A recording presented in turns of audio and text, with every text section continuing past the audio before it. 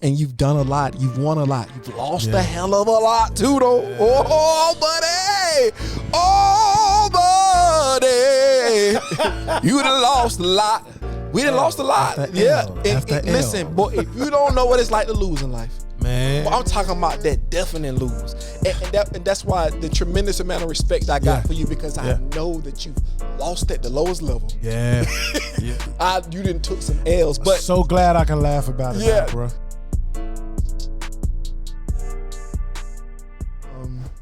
I'm glad to be back. I am overjoyed at this moment in time, man. Just coming up on life and how it takes you into a myriad of turns and twists and turns, and the everyday life gets in the way of things, and you try to deal and you try to do the best you can as a person, and I'm happy. I just been trying to do the best I can. Yeah, you know what I mean. I think sometimes it's just as simple as that. It's just sometimes you're not going to always just win the game. Sometimes you're not going to always get it right. Sometimes it ain't going to be your season just to flourish all the time. Sometimes it's just making it through a day. Yeah. Like, that's an accomplishment sometimes, you know what I mean? And making it through that day with the right perspective. Just, I made it through that day. Absolutely. Because you can't go backwards anyway. Absolutely. So, I'm happy about that, man. But, I do want to start off before I introduce my guest, because I know Tim going to get upset that I do opening salvos without introducing my guest. But in this case, it is a special time, man, because January 26, 2020, in this very room, in this very place that we're sitting in right now, me and Don were laying the foundation about 2:30, I think 12:30, 1 o'clock. We were laying the foundation and we was rolling it up, just talking about what we wanted it to be, the plans and things of that nature, just trying to find the spirit and the energy of what we wanted the core to be. And, we got the news that Kobe had passed. Well, first I seen it on my phone. I looked at it. I said, what? Kobe passed? I was like, nah. Whatever. And I seen it, and Don like, man, stop playing. And, so I kept looking at the phone, and all of a sudden my Twitter feed just went crazy. Yeah. And it was confirmed.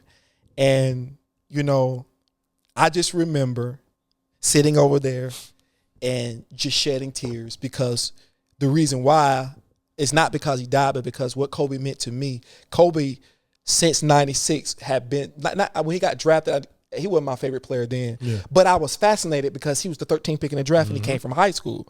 Now, Kevin Garnett came the year prior, but, Kobe was he was tall. Like, I seen Kevin Garnett in 92 play at Greenwood High. I was like, he was gigantic. I was like, good Lord. Right. So he was tall, one of those things where, okay, he tall. That was my perspective back then. Kevin Garnett, a dog, by the way. Right. But seeing a guard come straight from high school, 13. So, and I thought he was coming to Charlotte. I wasn't living in Charlotte then, but then it got traded.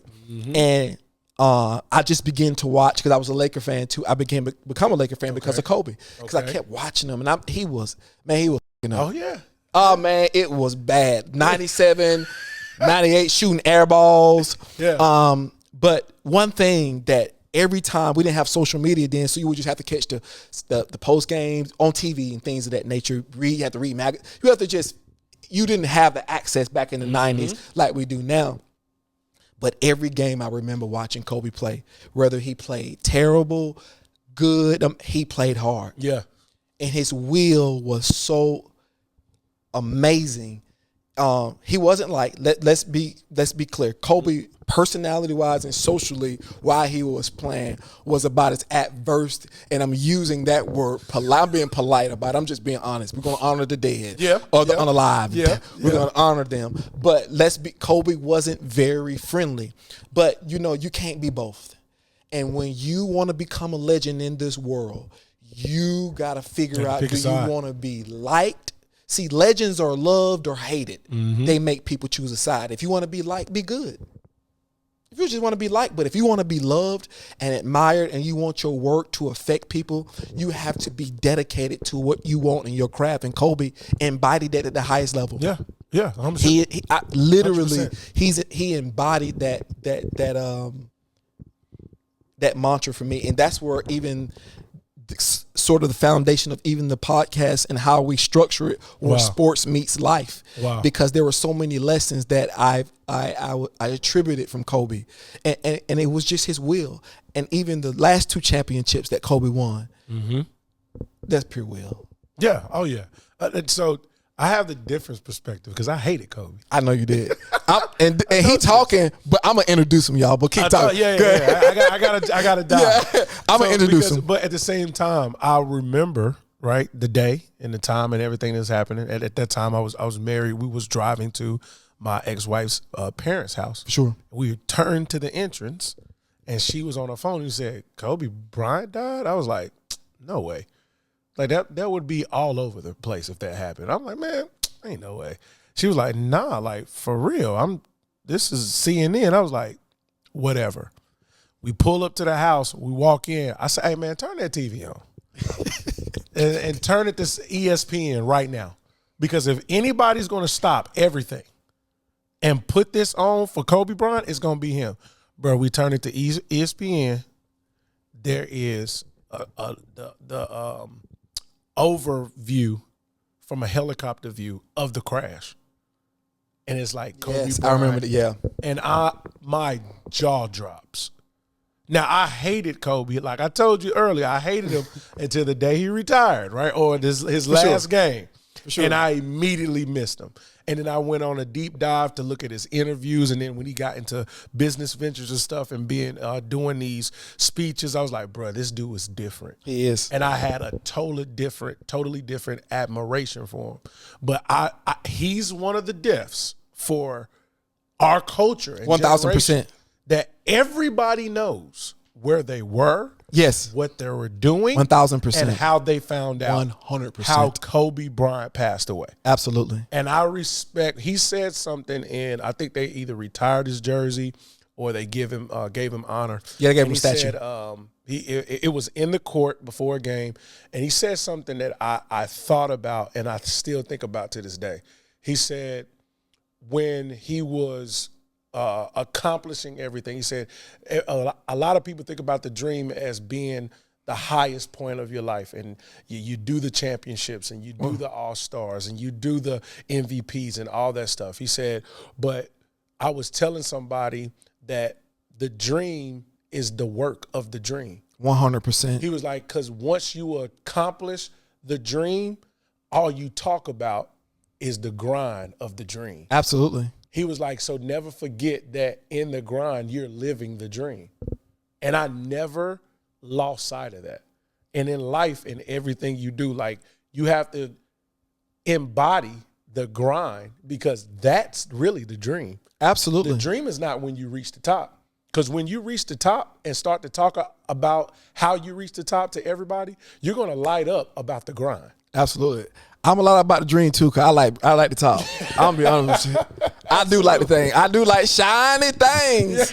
I'm gonna be honest with you. I like actual, but I understand what you're saying. The mantra Kobe put together was this: you wasn't with me shooting in the gym. You wasn't with me. We could just.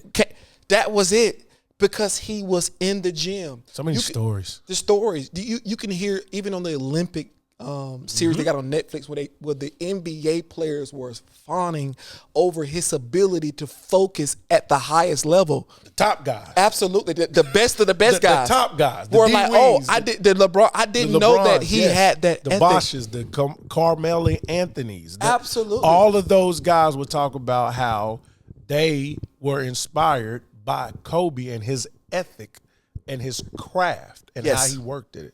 So we're not talking about a player that was a rookie. We're talking about guys that were perennial all-stars, all-pros, were gawking in amazement. That's a crazy word, though. Man, golly. In amazement. That's so crazy. That's too wild.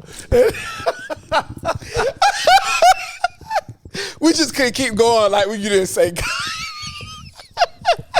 You knew what I meant, man. They were in awe, okay?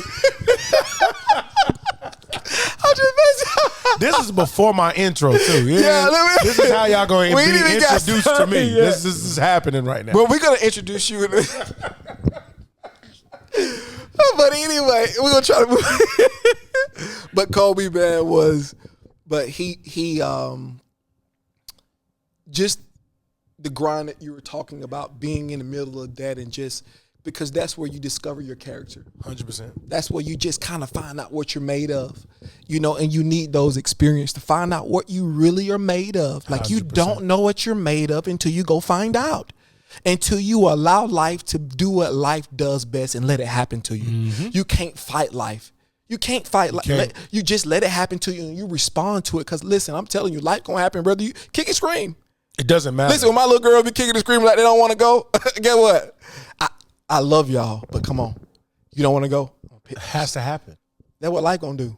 That's what life does. And I think he embodied. He went through so much as a young man, so many different obstacles that he faced and overcame. The feud with Shaq, the rape case in Colorado, and all of that is just life, right? And just him being a kid and growing 100%. Up. But what is most important that he stayed in the cocoon of focus the whole time. Mm-hmm. Everybody else was doing everything else, but the cocoon of focus, Kobe just stayed there. And I just constantly watch as he evolved, as he willed himself into 5 championships. Yeah. He wasn't supposed to win 5. When he got projected, that's why he went 13th. The 13th player in the draft never is projected to take. He's not a franchise player. That's what I'm saying. He was projected out to be a really good player because when he came in, that was still the era of the big man. 100%. 100%. You're not taking at 13 to change the face of an organization or the culture of the game.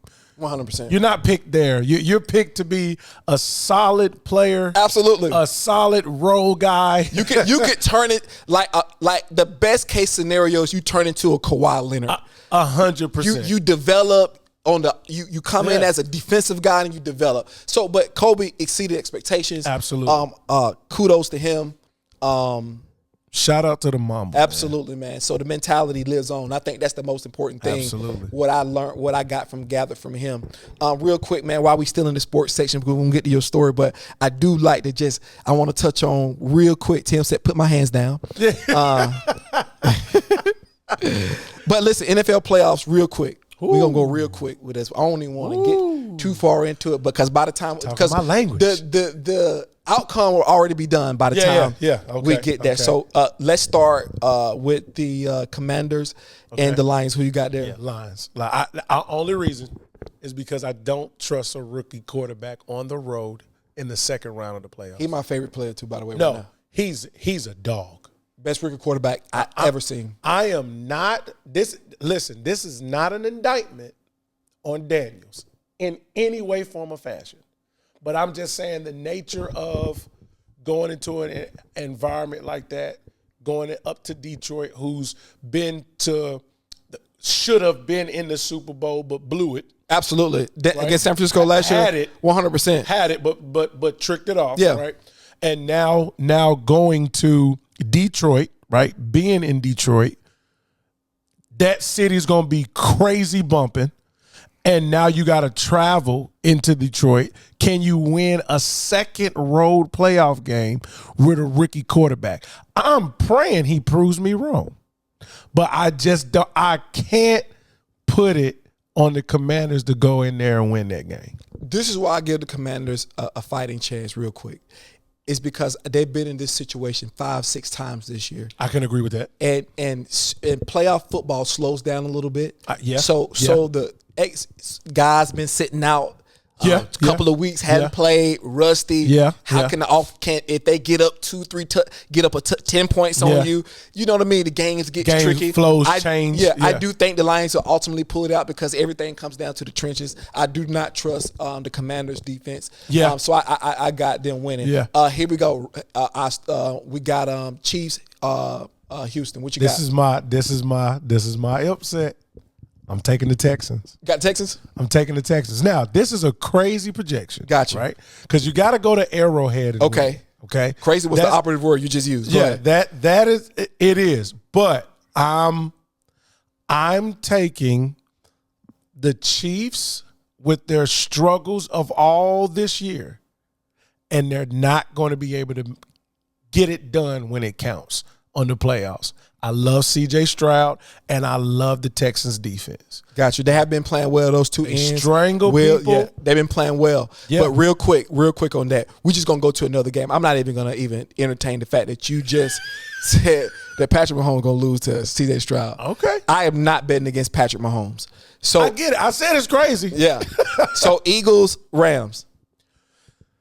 And, man, that's scary, but I'm going to take the Eagles because they're a better team. But I need Jalen Hurts to give me a reason to pick the Eagles. He scares me in the playoffs. But they have this guy. Why does he scare you? Because 2022, he threw for 300 yards in the Super Bowl and almost beat Patrick Mahomes. He did, but and that was one of the games was like, okay, he showed up. 1,000%. But there's some games like, where is he?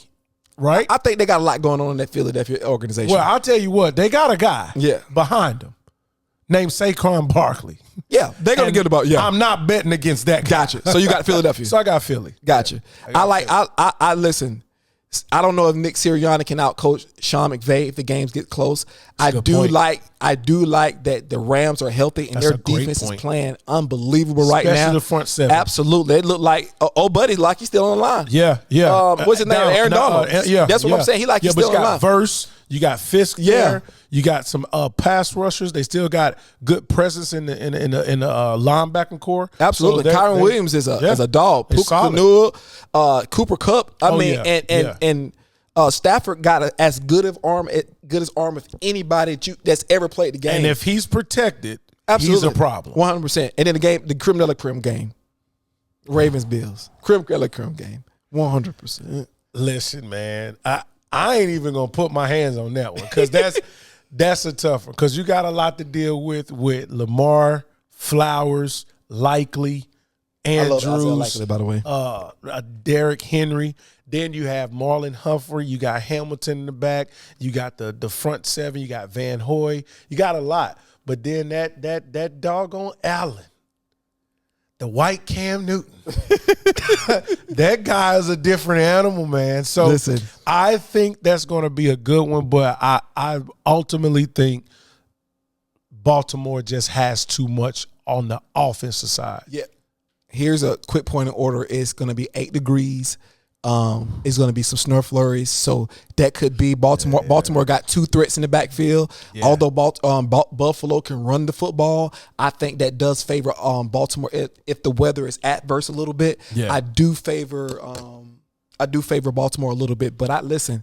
If the weather is not as bad as they're projecting, it's going to be hard for me to see somebody beating Josh Allen the way he's playing, how he's running the football, that's a good point. How he's playing football. He's letting the game come to him. I always tell people this: learn how to play boring football. If the 3-yard out is there, take it. You only need 10 yards. Yeah, you only need you get 3 tries to get 10 yards. Yeah. That's it. Yeah. Just get a first down. You don't have to do all of this. And what offensive coordinators are starting to learn now, they stop getting cute. Yeah, they'll still outflank you. They'll still put you in different positions. Yeah. But what they're starting to understand is, hey, listen, if we play boring football, if we play just situational football. if you line up here, I'm going to run this. And you do it, learn how to do it over and over again. Here's where life is. Same thing in life. Learn how to do the same thing over and over again and love it over and over again and keep loving it over and over again. I've been doing this for years. Yeah. For years. Yeah. And every time my love grows because the process of it. Yeah. And that's how it is. I don't know how we got that. That's what sports man. Like. I love it. So we got the Ravens. So it's a toss-up for me for that one. I ain't going to touch that one. That's tough, man. I'm going to punk out on that one. Yeah, I like your point, though. If the weather is tough and they got to run the ball, listen, tackling a refrigerator going 22 miles an hour in 8 degrees, that's tough. That's a tough life. So listen. So now we're going to transition. So listen. Guys, you've been talking, but nobody know who you are. Right. Who is this Negro in my camera? But listen, I want to introduce this young man in front of me, man. Got a tremendous amount of respect. Mr. Mr. YP Thomas. How you doing, brother? Man, I'm great, man. A tremendous amount of respect. We met a couple of years back. Yeah. And we haven't had many personal interactions on social media, but we know a lot of the same people that run in a lot of the same circles. So, you know, and I feel like we have a kindred spirit too as well. 100%. And I've watched you online, watched some of your work too as well. I was going to read your bio, but I don't think I can read that good. I don't really want to embarrass myself because I'd be like reading like, and I'll pause. I told you I didn't need the bio read anyway. I can read, yeah. I was going to read it, but I was like, you know what? I'm a little slow. I can read, but I figured I'd be, this is organic. That's why this is Throne of Grace. I don't want to be manufactured, man, because I just do think a lot of you've done a lot. I see you're a motivational speaker, athlete. You are just, we walked a similar path. 100%. In different places. And different things, but I got a lot of respect for you, man. And I heard your story briefly. Yeah. You've told it here and there. I've watched it a little bit, man. But I knew the time was right to bring you on to kind of continue the Millennial Marriage series and dealing with men and how we deal after the relationship's over, after the divorce, and just behind the curtain. And I know that's intertwined in your story. So it was a little bit of, again, divine timing that when we linked up and we talked about it, and I knew your story and what I was dealing with, and even the theme that we was kind of talking about here. I just think it was just one of those things. It was supposed to happen, man. So I appreciate you coming on, man, and I appreciate the work that you've done in the community, that you continue to do community. You're author too as well. Go be great. I got a photographic memory, so I just remember everything. You're the son of a bishop as well. So we got a lot of the same background, man. You're very accomplished, man, and you've done a lot. You've won a lot. You've lost a hell of a lot too, though. Oh, buddy. You done lost a lot. We done lost a lot. Listen, boy, if you don't know what it's like to lose in life, man, I'm talking about that definite lose. And that's why the tremendous amount of respect I got for you, because I know that you've lost at the lowest level. You didn't took some L's, but so glad I can laugh about it now, bro. But in that vein, tell us where you grew up at. Let's walk through your story, man, because I want to hear it, man, and tell us what you grew up at, and you tell them about your childhood a little bit. The floor is yours. So, man, I'm born and raised in Statesville, North Carolina. Really? A little country town. So you're from you're Charlottesvon? No, I'm from North. I'm 38 miles north from Charlotte. That's South Charlotte, buddy. Yeah. No. North of Charlotte. North of Charlotte. I'm going north. So how many hours are you from? 38 minutes. miles. Is that still Charlotte? No. Okay. It's Statesville. Okay. It's Statesville all day. You got Statesville, Troutman, Mooresville, Cornelius, Huntersville. People from out of town, I think all of this is Charlotte. Even though I know it's not. This is me here. But No. So if you put it in like Atlanta terms, I would be from Atlanta, but I ain't from Atlanta. You know what I'm saying? Gotcha. I'm from. I don't live in Charlotte, but I'm from Charlotte. Gotcha. But my city though, Statesville, we take pride. Like we ain't telling you we from Charlotte. Gotcha. We from Statesville. Gotcha. We with the Ville all day. But yeah, man, I grew up in Statesville, son of a bishop. My father's Bishop Sam Thomas, mother Karen Thomas. I got an older brother, Sam Thomas. Yes. So he's Sam the third. Wow. My nephew is Sam the fourth. My dad's Sam the second. My grandfather was the senior. So I had to at least get one Chris, right? So I got a CJ. But man, grew up in Statesville, athlete, played ball all of my life. Afforded me the opportunity to go to Winston-Salem State University and play football there too. And then after having an injury and stopping playing football, I started coaching football and just been in the coaching realm for years. After getting out of college, I got into being a youth director and working with youth, one-on-one with youth. Then it flowed into church with youth. And then I ran a program in Statesville called Hot Cats, and I was over all the anger management and conflict resolution for the host Iredell County. And then that's when I found my passion for speaking and youth. Of course, being a son of a pastor, growing up as a How was it being kid. a son of a pastor? Oh my God, you know the story. The pressure of that. Yeah, take me behind the veil a little bit as a kid. You're always in the light. You know, everybody, especially in a small town, everybody knows your dad. Oh wow! Everybody knows who Pastor Sam. Before he was a bishop, everybody knew who Pastor Sam Thomas was. So they know, oh, you Chris, you Pastor son, you Pastor Sam's son. So to have that limelight, it came with a lot of positive, but it came with a lot of negative too. You learn certain things, you know, as we go into our story, my story, I reveal some of that stuff where it was dark, you know. Really? But then, you know, you get the foundation of God, you get the foundation of faith, you get the foundation of family, you get the foundation of relationships and how to build relationships.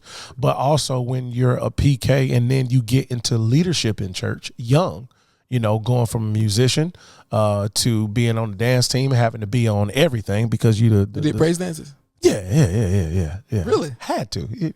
You the son of the pastor. You know what I'm saying? You got to do it. Yeah. So I praise dance. I sung in the choir. I played the drums. Then I ended up being the minister of music. So I did praise and worship for over 13 years at my father's church. Then I went became the pastor, youth pastor at the church, and then the associate minister.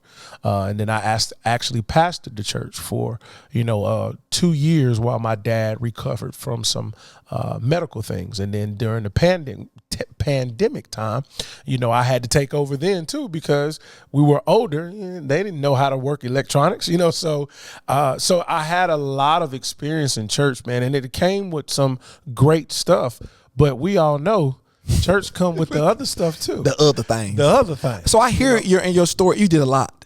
I did. It sounds like when people do a whole lot, they're running from a whole lot. I was. Because it's like one thing to the next, one thing to the next, one thing to the next. I was like, oh, okay. A lot of open doors that were never closed. Absolutely. Yeah. Because I know that, that feeling. Trauma makes you do a lot of things to run from the one thing that you don't want to look at. 100%. That's what it does. And I think trauma comes in so many different variations. 100%. And I think it's not blanket. We can't oversimplify it. And that's why I think sometimes we cover it up and we don't become the entire person, man. Yeah. You said you had some dark times and things of that nature. And share that a little bit, man, just about how you got shaped. But go ahead. Yeah, one of the things I use my platform for is to be very transparent about, my childhood and the things that happened, because we got to understand as adults, like, we spend our adult life, if we're not careful, we will spend the majority of our adult life processing our childhood. Thanks. If we're not careful, right? If you don't get into therapy, or you don't have self-awareness of what's happening, if you don't deal with the trauma, I always say, if you don't deal with the trauma is going to deal with you. One way or another, you're going to have to face this thing. From the ages of 9 to 11, I was sexually molested by a man, that was in the church that we were close to. What? Yeah. So 9 and 11. From a 9 until I was about 11 years old.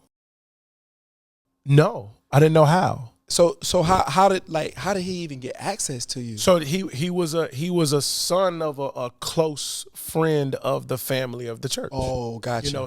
We were always around, right? Dang. And not knowing what was happening. Gotcha.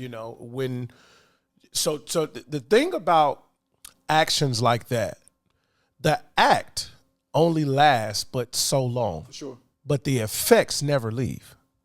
So it wasn't until I was 35 when the effects blew up in my face, right? When I became divorced, because I had trauma I didn't deal with that exposed itself in my marriage, right? But from 9 till I was 11, those things were happening, and I didn't know how to handle it. I didn't know to tell somebody. It wasn't like I was threatened to not tell. I just didn't know how. I didn't have the maturity or the mental capacity to say, okay, this is wrong. I need to say something. I didn't know what was happening to me. There was no awareness brought to me of what should be appropriate, what should not be appropriate, right? And I'm not shaming or blaming parents or anything like that, but I just was in a situation where I didn't know, right? So once I found out what happened to me, I'm like, my God, like that was tough. Like, that happened to me? Like, why did I have to go through that, right? And then you deal with the other things that come with that. So you deal with the questioning your sexuality. Because we grew up in a tough era. You see, boy, we grew up in that era, boy. I can't. Boy, we grew up in that era. Who can I share this with? This ain't the 2024s. Who can I talk to this about? If I say this to my homeboys, they gon' I can't. Nothing. So I hit it for sure, right? And then that goes into what church will teach you to do if you're not careful, especially in leadership. I was a praise and worship leader. You can't bring that out on the microphone. So whatever's going on, you got to leave that back before you come out this door and leave praise and worship. You got to sweep this situation under the rug. You got to put that face on to get through this thing until you can get behind closed doors and handle it. So church leadership, if you're not careful, would teach you how to hide in the plain sight. So I hid that. I buried it. And then it started to come out later on in life. I never forget going to my college visit to Winston-Salem State. They was talking about, working out and stuff like that. It was like, you work out because, girls, they going to want to see your muscles. Like, yeah, especially, you got your shirt up. Like, oh, this nigga gay. This nigga gay, man. Yeah, you know what I'm saying? Like I said, gawking, and he said, we're not going to pass over you saying gawk. You know that? It was. My man, I didn't even know that. Yeah. Yo, I'm a terrible person. I'm a terrible person. But innocent, right? My bad, yeah. Innocent. Because the trauma, right? Innocent comment. For sure. Triggers me, right? And I made a vow that day. Oh, I'm going to smash everything I can. I'm gay? All right. And I'm going to smash your chick. Oh, you went on that type of mission. Because now you've triggered something I didn't even know was that triggering. I've never been called that. So I don't take that as a joke. Did you question yourself when you were called? Was the act you trying to prove to yourself? But the questioning was before that Gotcha. ever happened. That was like teenage years. Yeah. And then I realized, okay, I'm not gay. Clearly. For sure. Right. You know what I'm saying? And I think that's also a misconception of molestation. I think a lot of men 100% have turned to being homosexuals. And I'm not downing. Please let me be clear. I'm not downing. But I'm saying a lot of them turn to it because they feel like I must be because this happened to me. Yeah. And the shame too. Yeah. So, but that comment, bruh, I went on a rampage. It was like, yo, okay, all right, I'm gonna show you. I'm gonna show you I ain't gay. So that, and then another element, because you have a hurt of lack of self-esteem, low self-awareness. I just posted today. It's crazy. Talking about a lot of times we believe the effects of molestation are parallel to the act. And they're not. The effects of molestation are not always sexual. You have a problem with building relationships with people in general because you look at people as sources of validation and not people. So once your validation runs out, I can dispose of you and go to the next source of validation. Not the next person, the next source of validation. Who feeds my ego? Who feeds my validation? Who makes me feel accepted? Who makes me feel wanted? Who makes me feel desired? It's not about significant relationship because I want to be in relationship with you or covenant with you. And I'm not talking about just relationships that are romantic. I'm talking about just homeboys, homegirls, having relationships with people the right way. For sure. You're affected by that because you're looking for validation. And as soon as you don't validate me anymore, now I'm looking for the next source of validation. And that has nothing to do with sex. Yes. And that's literally the definition of lust. A lot of us think lust is a sexual thing. Lust is simply satisfying yourself at the expense of other people. Wow. It has nothing to do with sex. So I was having relationships out of lust because it does. I'm about to say, it does. But I'm saying, look at the definition. I'm just satisfying yourself at the expense of others. That could be me using you to validate me, but once you stop, I'm not friends with you no more. Yes. So I lusted for the validation. It wasn't nothing sexual. I just lusted for the validation. So, that was a dark moment that I speak out a lot about because, like I said before we started, 1 out of every 3 males have been molested. But who's talking? A lot of these men, or us as men, we're suffering in silence, and our relationships are being affected. Our marriages are being affected. Our lives are being affected. We can't control ourselves because we were introduced to this sexual thing so early. Yeah. And it became who we are. We're already under pressure as men at a young age, that teenage age, to get as much as you possibly can. Yeah, for sure. That's a cultural thing anyway. Then you add trauma on top of that to prove that I am a man. And then it get real toxic. Then it gets extremely toxic to where you can't even appreciate a woman for what she is. You appreciate a woman for what she can do to you. For sure. Because that's what you were exposed to. Yeah. So it's deep, man. I talk about it freely now because I've healed. I didn't tell my parents until I was like 33, 34 years old. Like, did you ever confront him when you get older? I didn't, but I have seen him. Okay. But I've never confronted him because I felt like there was no need. And that's just me personally. I've said this to people, like, yo, you got to kill him, bro. Like, he got to go. But it's like, at this point, then I give him too much power over my life that I'm over now. So you deal with it. You got to deal with it. If you don't face it, and I have an acronym for face. First you have to admit, you have to forgive yourself. You got to forgive the person. You also have to forgive yourself, because what happens as a victim, you will blame yourself for what happened. You will blame yourself for what happened to you, and you'll blame yourself for what you allowed that situation to create in your life and make you become. So you got to forgive yourself. And then you have to take an accountability for what you allowed that to create in your life. What did that allow you to become? So you got to take accountability for that. Then you got to seek counsel. You got to get therapy. You have to. Yeah. You got to seek counsel. So the F is forgiveness. A is accountability. The C is counsel. And the E is evaluate. What's working in your life and what's not working in your life, according to what you allowed this action to make you become. And you got to fix those areas. And if you can face that trauma and you can get through and get to the root of that trauma, you can overcome that trauma, and then you can actually live. Because until you get through the trauma, you're really living inside of a prison. Yeah. Because you're not really free, because the trauma always has a hold on you. And you said it had a tremendous effect on your marriage. Oh my God.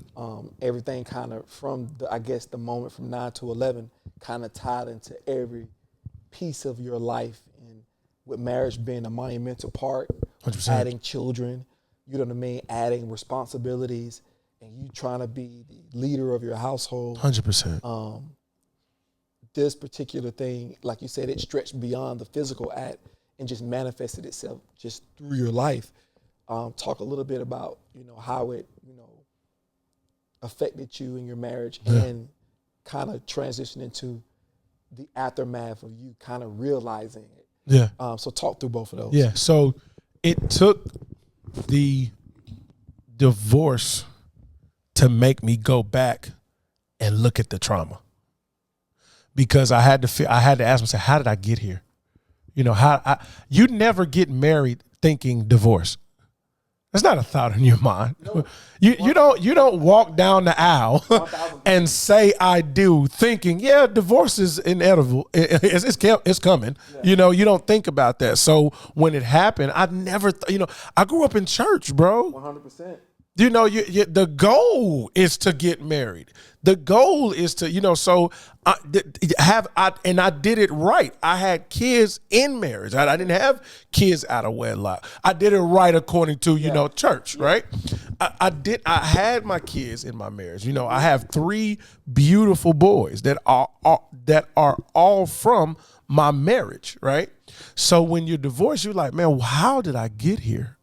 And I remember I went through or went from staying in a 4-bedroom home, to a 1-bedroom, or having a bedroom in an apartment, sleeping on an air mattress.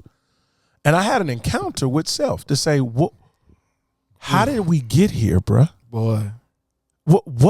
Because I've always been a person to look in the mirror. Was she perfect? No, absolutely not. I don't believe we were evenly yoked. I think regardless what I did or whatever, it was going to happen because I don't think we were evenly yoked, right? But I had to look in the mirror and say, man, you didn't trust yourself to make decisions. That's good. You always needed validation from other people. So I always tried to get validation from women because I was violated by a man. So I was having other conversations. I was doing, searching for attention. I wanted attention. I needed to be validated. I needed to be accepted. I wanted to see, if I still had it. So I was doing these things because I was so doggone insecure, right? So when the rubber met the road, like, I know why my wife left me. I am not one of the ones like, oh, no. No, I know why. Because I had to sit in that thing. You do. I had to sit in it. You didn't deal with your trauma. And because you didn't deal with your trauma, now you're in this situation. So, that was a tough pill to swallow, but it made me peel back the layers and say, okay, how did I get here, man? I never dealt with that trauma. Yeah. I never addressed my self-esteem issues. I never addressed the attention I needed. And I became, I was a great listener. I was a horrible communicator because when it was time for me to talk and be vulnerable, I didn't have that because I've learned to hide stuff all my life. I've learned to bury it all my life because 100%. I buried the trauma, right? So I wasn't a communicator. I didn't have the skills to say, listen, I'm struggling here. This is what I'm going through. Listen, babe, I need more attention. Like, I wasn't okay with that. And in society adds a whole nother element, like, oh, you being soft. Oh, you being this. They call right? you sassy. Right? With a capital S. Zesty, bro. Yeah. So you deal with those, and then I realize now being a man is being able to be in tune with your feelings. Being able to say, hey, listen, we need to talk. Like, I need you to hear me. I'm going to be vulnerable here, but like, I'm struggling here and I need some help. And I would rather run to you than run away from you. For me, I ran away. I didn't run to. And that's based off of trauma because, once again, people were sources of validation. For sure. They weren't people. So I didn't really think about my actions and how they affected you. I went into self-preservation mode. I need validation. You're not validating me the way I want, so I'm going to get it somewhere else because you're not doing it. Instead of saying, hey, listen, this is what I'm dealing with, and this is what I need. I know it could be a struggle, and I know could be tough to ask you to carry this. For sure. But this was what I need as your husband. 100%. I need this from you. I didn't know how to do that, right? So you got to deal with that trauma because you don't even understand how it affects you. And then we have this selfish mentality, right? And we'll say, well, I can deal with the consequences of my actions because you think the consequences of your actions only have to do with you. They don't. Because of my actions, now my sons have to grow up in a 2-parent household. Don't get to grow up in a 2-parent household. My bad. They're split. We got them 1 week on, 1 week off. I look it in the mirror, right? So I say I created that because I didn't deal with my trauma. So I had to get it right because that has to end with my sons. Yeah. I cannot carry that. It has to end with me. I can't carry that to my sons. Yeah. I would say this. How would you have known how to deal with your trauma? So that's what I wouldn't put so much pressure on yourself and take it. And I think men have the ability when you're in a state of divorce or you're overthinking, you tend to put the world on your shoulders, and you still can't carry that. You got to put down some of that luggage. Yeah. Because who can deal with that at 9? Who can deal with all of that? Who could have dealt with that? Like, name a person that did deal with it. Find me a successful person that dealt with molestation. 100%. Just find me one. There is no success rate with that because you violated the innocence that can.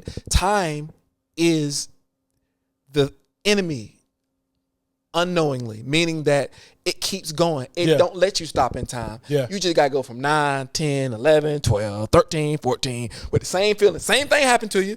And it ain't going to stop. And you got to keep going. So you wouldn't have known how to, you dealt with it when you became self-aware. Yeah. When you became self-aware. And that's what, even in my marriage, I didn't get a course on being a husband. And I just didn't. Now I look at what I did, but I wouldn't have known, is what I'm saying. I wanted to know. In my mind, I wanted to know something other than the outcome that I was getting, but I didn't have to have the knowledge, and it wasn't time. Everything in life is timing. 100%. That's what everything is timing. 100%. I wasn't going to get what I wanted until I got what I needed. And sometimes getting what you need, most of the time, comes before what you wanted. Because if you get what you want first, you'll never go after what you need. That's lust. Bruh, you said a mouthful, right? Because you asked a question that's important. How would you have known? And that's why you have to accept the trauma that you had to go through. Because 100%. without the trauma, how would you have known? Without going through what I went through, there's no way I'm the man I am. Thanks. 2021 was by far the worst year of my life. Wow. But it produced the greatest person I've ever been. Yes. I am not who I am now if 2021 doesn't happen. 2021 was when the divorce happened. 2021 is when my grandfather passed away. 2 weeks after I moved out of the house. Wow. I started 2021 with COVID. And my third son being born. Mm-hmm. 2 weeks after my third son was born, that's when the marriage hit the fan. I was asked to leave the house. 2 weeks after I left the house, my grandfather passed away. Wow. 2 weeks after my grandfather passed away, I was put on an action plan at my job with them threatening to fire me. Ooh, Lord, them action plans. Lord have mercy. This is March. Life begins to take a turn from the good. I get into a swing at my job. I'm trying to navigate, still trying to be dad, but I'm not husband no more. It is not pretty between us two. Lord have mercy. It's ugly, but I'm still being dad. Come on. Right? Now I have a shift, and things start to get good through April. I go to bed to sleep on May the 4th. I wake up May the 5th of 2021. I can't talk. Oh, Lord. I cannot talk. I wake up and I try to speak and everything sounds like baby mumble. I can't talk at all. I don't know what is happening. I go to the mirror because I'm thinking, man, what I need to see my face. Like what? Why? And I'm yelling in the mirror trying to talk. I panic so bad. My cousin is asleep in the other room. I panic so bad, I get dressed and go to work. Instead of knocking on the door and say, hey, something's wrong. But God. I panic. So I go to work, and my thought was, because I was such in the routine of life, right? Let me go to work. I can write a note. Somebody can help me. So I get to work. I get to my office. I sit down. I get a pen and on a little sticky note, and I go to write, and I figure out I can't write either. Lord. I can't talk and I can't write. What the hell is happening to me? What is this?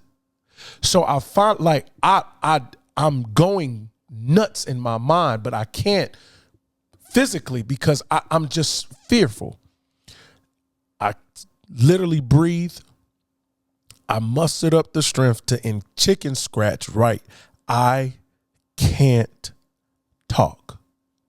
And I get a note, and my manager, Ed, he comes, what's up, Chris, man? How you doing, man? And I wave him to our office. So I walk in and I hand him the note, and he reads it. And the greatest job I've ever had. So the environment is the dopest, right? So he's like, man, What do you mean you can't talk? Like, get out of here, dude. What do you know? He thinking in his joke. He trying to get out work. So I talk. That's not funny. It's okay. I get the same reaction by everybody. Yeah, because I'm not laughing. But I can't talk, and his eyes, boom, pop open. It was like, yo. So he calls another guy in. He's a health guru, and he literally looks at me. He was like, do this, do this. He was like, okay, I don't think it's anything crazy, but we need to get you to the hospital right now. He puts me in his car. That's why I have love for Reliance First Capital. Y'all, my family, I love y'all. Will it forever. He puts me in his car. He drives me to the hospital. Takes me to the hospital. He stays with me until my family and everybody comes. This is my manager at work. And we get there. They do all these tests. And I can't say anything, bro. I can't say colors, my name, my kids' names. I can't say yes. I can't say no. All I can do is shake my head. So they're asking me these questions. They asked me this question. Shout out to my best friend, Brian McClellan. He got on his bike and sped to the hospital. Once he got there, they were still trying to have me in the back room. He got to the back room. He's military. He dealt with a lot of medical stuff too. So he got his pad out and he started testing me. Chris, do this. CT, do this. CT, do this. All right, okay, do that. So when the doctors came in, he was like, listen, he can do these things. He can do this. He can't talk, but he can remember. He can recognize these. And they're looking at him like, okay, who's this guy? But he's giving them what's happening. And then they ran an EKG and they ran a CAT scan. And then that's when they came back and said, Mrs. Thomas, you've had what we call an embolic stroke. Bruh, I broke. Dang. I broke. Because I'm like, man, I'm 34. I'm 35. What am I doing having a stroke? I broke, dude. Like, I wept in that hospital because I felt like, yo, this has to be the bottom of the bottom. Like, God, I can take a divorce. Hell. I can take my grandpa dying. Yeah. I could take my money being played with. I can even take a medical crisis. But all at the same time. We need one stroke of God. Just one. Hey. Just, split them up too. Can I get them struggles? Yeah. This is between everything. I felt that one. Everything I just said is between January and May, bro.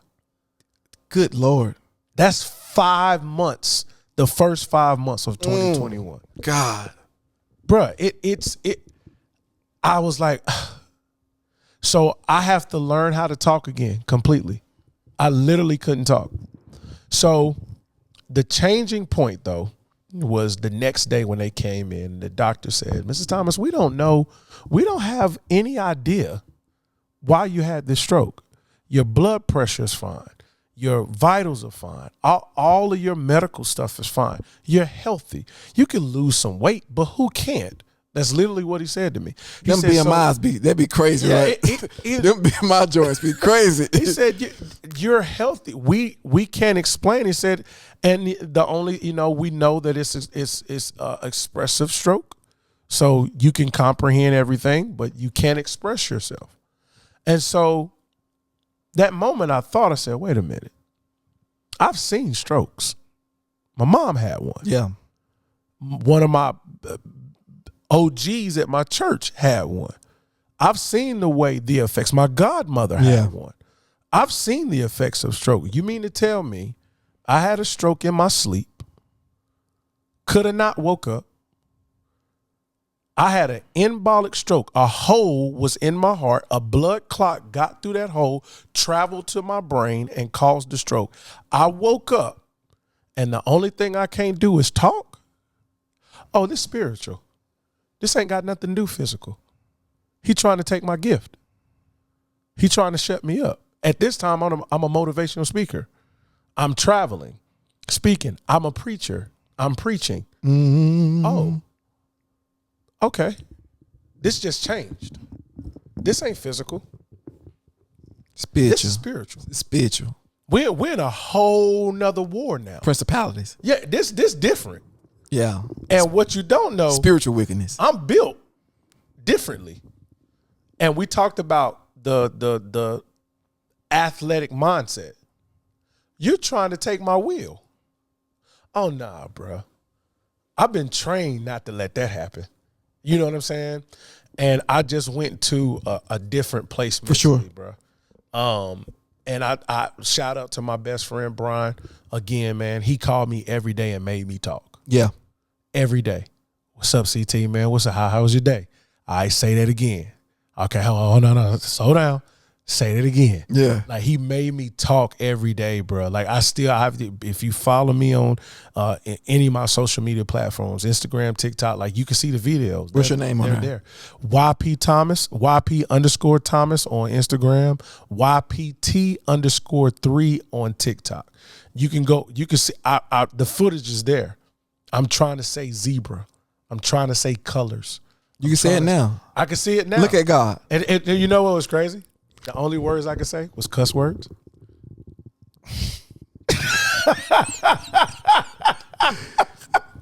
Negros. Right. Gross. It was so crazy, Gross. right? But I say that, man, to say, like, when your gift is taken from you, there's a whole different perspective. When your life is literally in the hands of a medical condition, and my sons could be fatherless today. That's crazy. That is a reality. But the reality is you're here. And I'm here. But the mentality that shifts in life. For sure. To find out, like, how did I get here? How did this happen? What happened in my life that led me to here? That made me start to go dig up the trauma. Yeah. That made me start to go get therapy help. Yeah. And do self-work. Man, I secluded myself for months. That's good. And just begin to do the self-work. But I realized how much mess I had in my heart and in my mind, how I viewed myself, the perception of life that I had, the way I treated people, the way I did people, the relationships that I slipped and didn't cultivate the right way, the way I did emotional trauma to people, how I emotional traumatized myself, how I didn't push myself, how I just all kinds of things. And I realized, man, I am messed, jacked up, bro. Yeah, that sounded like it. I need help. That sounded just like somebody being jacked Bruh, up. My all goodness. the way. There was no. But we're all jacked up, and that's like, you know, I just think that we're just humans, and I think that the real definition of humans is just you just do. Excuse me, I didn't mean to say that. Yeah. You just do stuff. We can't. Tim Black did that. I didn't mean to say that. We can't cuss in here. I'm serious. Don't let her cuss in here. I'm gonna text when I get home and say I cussed by accident. I know. He gonna be mad. I'm kind of scared. I ain't gonna even lie. I'm aware. Yeah. I know how you rock. But what was I talking about? I forgot. I got scared again. You saying we're all humans. We're all jacked up. We're just in a way, and this is why love is everything. Yeah. This is what gets you through, because you didn't just stay there. You know, when you move forward, you know, you found something new. You found different things. You're here now. Like now you went from the worst. Now you're in the best position in your life. And I think it's just, you just realize, like, hey, man, this is just who I am. Yeah. I didn't even know your name was Chris. You kept saying that. Yeah. I wanted to say something, but I just know you're it's YP. Crazy. Where YP come from again? So when I was the youth pastor at my dad's church, one of the ladies, she came and said, YP, I got your notes ready for your sermon. I was like, YP? She was like, it's weird to call you youth pastor, so I'm just going to call you YP. But what's crazy, 2 months before that, I opened my company, YP Motivations. It's done for Your Power Motivation. So I was like, YP Thomas of YP Motivations. It sticks. And I just ran with it. And then when I wrote my first book, my author name was YP Thomas. Okay. So it caught on my people, and I moved to Charlotte, and I got introduced as YP a couple of times. Okay. And everybody started calling me YP. Okay, so yeah, you were saying Chris. I was like, I don't know who is that. Right? I want to say something, but I ain't gonna say nothing. So depending on where you know me, right? My people if you know me from Statesville, I'm CT. Yeah. If you know me from college, I'm Big Baby. If you know me from Charlotte, I'm YP. Gotcha. So depending on where you know me at is what you call me. You know what I mean? Man, listen, I tell you what, man, your story is powerful, brother. Thank you, man. And I, kind of closing out, man, and just listening to your story and where you've come from, what you've dealt with, what you've accomplished, because when you ask for greatness, great tribulation comes. Yeah. And great triumph.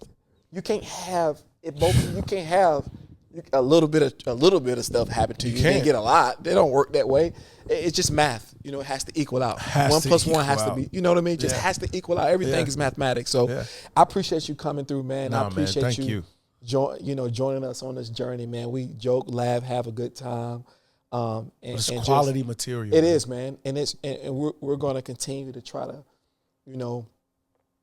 be good to the world. Yeah. We just, it's a lot happening. Your story is one of many. Like you say, it's one of many. Yeah. So we just want to continue to be good to people and try to put out good work. Absolutely. And do that and go back and take care of them chillins. Yes, sir. Them chillins. Because they growing, gonna need and they expensive. Boy, I'm scared of Don. Don gonna get me. Don gonna get me. Because I was thinking about that when you were talking. For cussing. I was like, golly, but Tim, make sure you bleak it out.